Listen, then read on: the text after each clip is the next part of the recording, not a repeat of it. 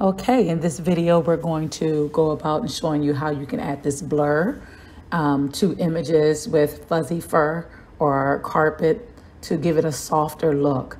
You're going to do this work in Photoshop. You need to already have everything done. Your retouch needs to be completed. Your subtle color base has to be completed. And then now you're just going to flatten the image and then add the paint on blur action.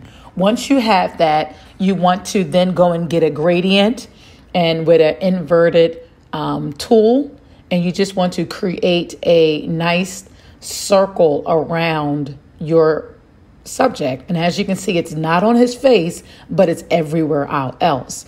And that will give it a softness. And you can always adjust the exposure and mask it off where you don't want it with a black brush. So that's what I'm doing now. I'm just going to take it off of the little elephant and off of him and make sure I can really see my subject and just leave the blur around him. And then I'm going to grab a color. I'm going to grab the actual layer and I'm just going to sample the color. You can get a light color or a dark color. I'm going to go with the light color, and then I'm going to go down here and create a gradient with a radio. I'm going to do an inverted radio, and then I'm going to add that. So as you can see, it added that light color that I sampled around the edges because it's a radio and it's inverted. If you want to, you can select any color you want. I'm going to sample a darker color now and do the exact same thing. So here it is, a darker shade, whatever looks best, but you do want to do a same color. It's always, not always, but most of the time, it usually works out to use a lighter color than a dark color. You can see the differences there.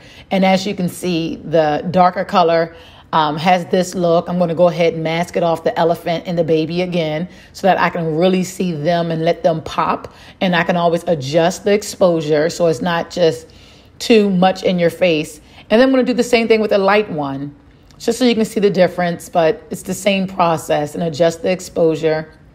I'm sorry, the opacity, I'm sorry. And I like the lighter better. And that's how you go about and adding it. You want to add the blur. So that's before. And then you have the paint on blur. And then you have the light gradient that I added to it as well. And that's how you go about and doing it. And that's your after. Here's your before without anything, and then there's your after, and it really makes you focus on baby. If you have any questions, feel free to let me know. Thanks. Bye-bye.